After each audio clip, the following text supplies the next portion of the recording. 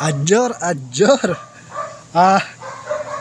So ito po, kinurak po natin. Maraming salamat kay Ka De La Cruz, isa pong solid followers natin sa Facebook. Salamat ka. Sinermon ko na po yung yung assistant natin. Mali yung binigay. So ganun pa rin po, assist pa rin po yung natin, yung degla. Ang highly recommended na lang po natin yung Gis. So yung dos po nakuha na kanina, so sinasama pa rin natin ngayon kasi hindi pa nawawasak yung kanyang pattern. Ganun po tayo maglaro. Kapag ka maganda pa yung rhythm, sinasama pa rin natin yan. Balang araw magkakaroon po tayo dito sa ating Munting Palasyo, magkakaroon po tayo ng stage. Darating din po yung mga araw na yun, hindi na po tayo kailangan magtago pa.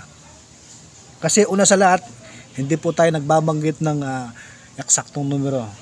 So yung mga binibigay po natin na to, hindi po ito eksaktong lalabas. Ito po ay haka-haka lang at kuro-kuro. So yung mga nagsasabi na puro lang tayo tsambahan, hindi po. Sumusunod po tayo sa pattern, kanya-kanyang diskarte. Inubos po ni Angeles yung mga degla natin, 26, 25, tsaka 6. Hindi po tayo pumalya doon. Dalawang straight na draw. Lumabas po yung mga degla. So ibig sabihin, hindi po yun tsamba-tsamba lang.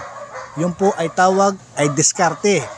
So sa mga naniniwala sa akin na tayo may kakayahan na ganon, sana po manatili at ipagkaloob sa atin ng Diyos. So yun lamang po, Pampanga. Kinurak ko na po 32. Highly recommended Gis, June 1 panggabi. Sana po swertihin po tayo. Adjor.